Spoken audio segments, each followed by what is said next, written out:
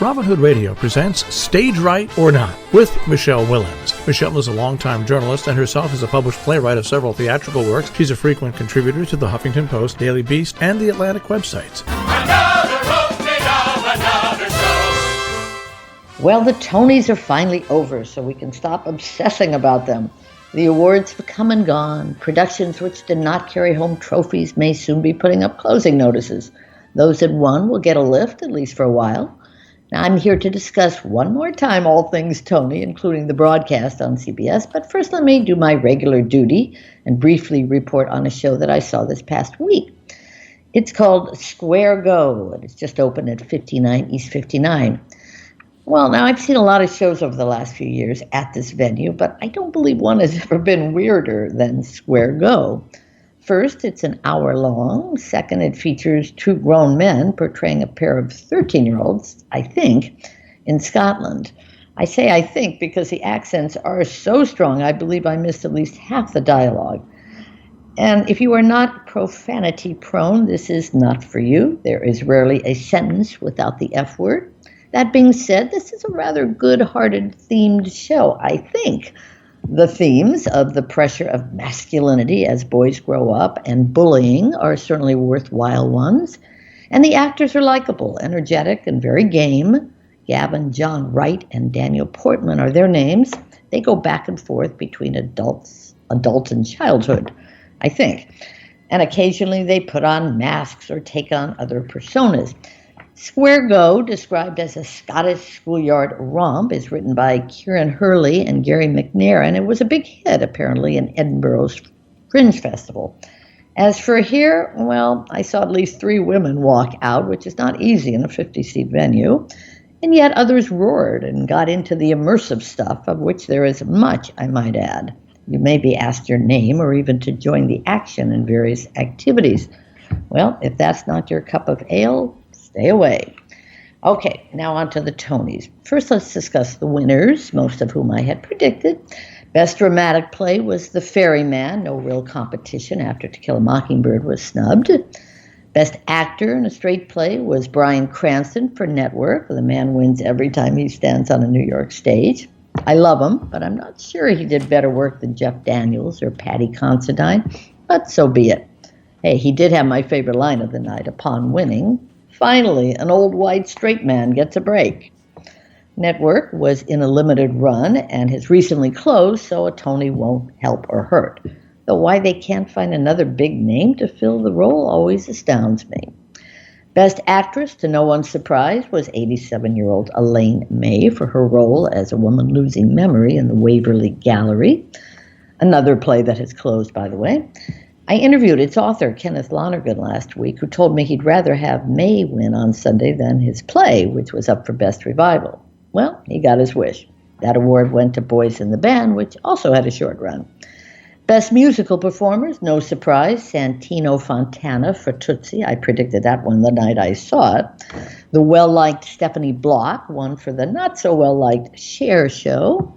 The big winner for the night was Hadestown. Its 8 Tonys included Best New Musical, its director, Rachel Chavkin, music by Anais Mitchell, and featured actor for the much-beloved veteran Andre DeShields. It did not win choreography, which went, as I predicted, to Sergio Trujillo of Ain't Too Proud, nor did it win Best Book. That went to Tootsie. Still, Hadestown should have a long run, even though last year's winner in the same category, The Band's Visit, did not. Neither, by the way, did Once on This Island, which last season won for Best Revived Musical and had a disappointing run at Circle in the Square. The wildly divisive version of Oklahoma won in that category last night and is playing at the same venue. I will be very surprised if Oklahoma is still there when this year ends. Word of mouth is far more important than Tony Awards. Though Ali Stroker, who gives a gutsy, lusty performance, even though she's in a wheelchair, won for Best Featured Actress. Bertie Carvel won for Featured Actor, playing Rupert Murdoch in Ink. Celia Keenan-Bolger won for playing the young scout in To Kill a Mockingbird. No surprise. I believe that was the only award that went to that show, even though it earned 9 nominations. The oddest one of all, by the way, was its nomination, unless I heard wrong, in the music category. I'm determined to go back and explore that. Another odd nominee was Choir Boy in the category of drama. The one excerpt from the production they showed last night was a musical number. Now, as for the 3-hour Tony broadcast itself, well, here are a few random thoughts. Trump voters out there would likely never watch, but if they had turned over by mistake, God knows what they would have thought. There go those lefties again. Cranston says media is not the enemy. Men in dresses. African Americans pleading their cause again. Self-important performers saying things like, in a divided world, theater connects us. Well, this show never gets a big rating, but for theater fans, it mostly did its job. James Corden was, as always, a delightful host, though some thought the opening number was bland. I thought, why not open with It's Too Darn Hot, the great number from Kiss Me Kate. It was the best of the night and exemplifies what Broadway is about. Corden's few trips into the audience were funny, especially the fake sparring between Audra McDonald and Laura Linney. The number in the men's room with former Tony host was funny. In fact, it would have also been a better opening to the show. The memorial segment was poorly done. The cameras kept moving back and forth. The song was not appropriate, and how they didn't hold on the Neil Simon photo for a long moment is shocking. He was arguably the most successful playwright in Broadway history. There were nice speeches, generally. While I'm always thrilled when writers are saluted, I am not sure that having the playwrights come out and briefly discuss their work, well, worked. But you won't hear me complain on that. Rachel Chapkin pleaded beautifully for more female directors. Another woman pointed out that in films, the best years of an actress's life are between 39 and 40, but in theater, not so much. And I must say, Jill, after back-to-back awards for Andre DeShields and Elaine May, I was moved by the community's respect for experience. What do you think? I think that that's absolutely the respect for experience, and this crosses outside Broadway really quickly. Just all across the board, there is genuine respect for experience and longevity, because a lot of people have come up, with no root system, if you will. In other words, it's all very Instagrammable moments. We can take a picture and then forget to eat the food. Right. And one of the things that I really, I haven't haven't yet read other people's opinions. So this is just Jill Unfiltered. Yes. All right, but I thought that the focus at the beginning of the show on live theater and the difference between that and screens was really well done. I don't know how it played to the Broadway community itself, but I will be willing to bet any amount of money that for anyone watching the show, they were like, yeah, this is totally cool. This is why we go to the theater. Now, I am trying desperately to be diplomatic here, but I don't think it's just Trump voters, but in a lot of cases, just regular people are going to find there's a line of self involvement. Yes. And even when obviously performers are granted a huge degree of a huge amount of latitude, right, to be idiosyncratic.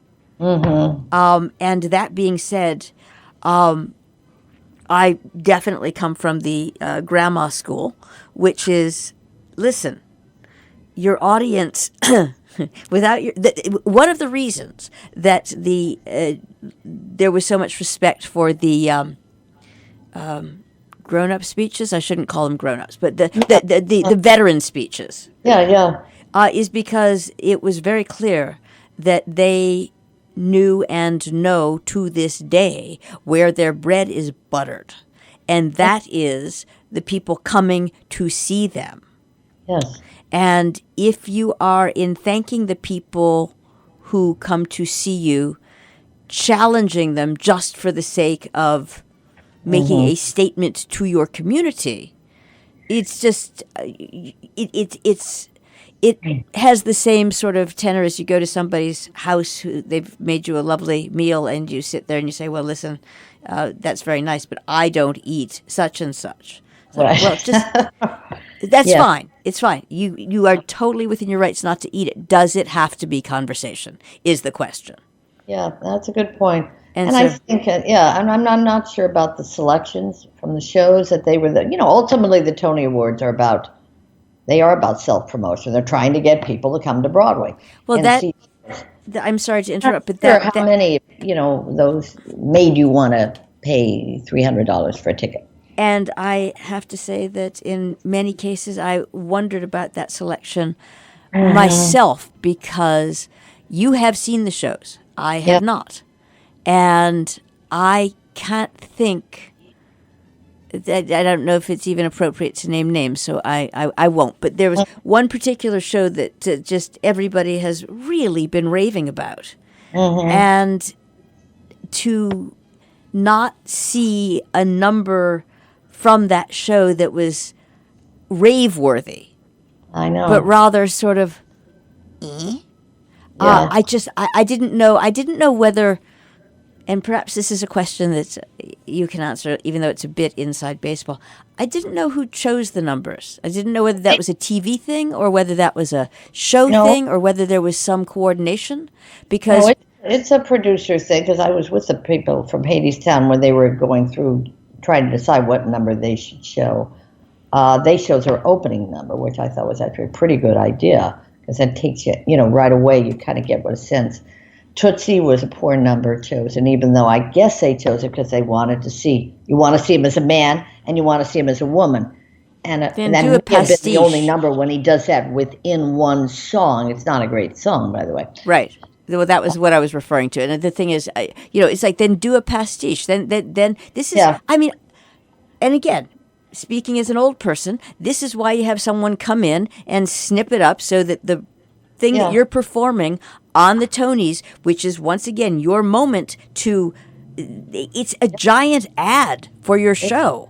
Free advertising. There you go. So why wouldn't you make it like, oh, wow, it's totally memorable, instead of saying, well, I've got this and I've got this and I've got this, so I picked the one that shows what I want to convey. That's why I said I thought the best number of the night was Too Darn Hot, which opens Act 2 and Kiss Me Kate. That's right. Show that lost to Oklahoma for no good reason, except one is considered traditional and one is considered, reimagined. But it was kind of the greatest number of the night. It's Couldn't a agree great more. show.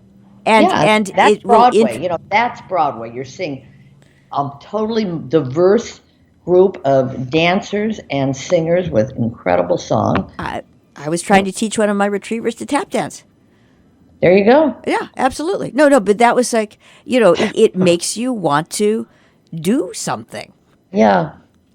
If nothing else, see the show or marvel at the agility and ability. That's the connect that ideally you want, not someone sitting there going, yeah, so.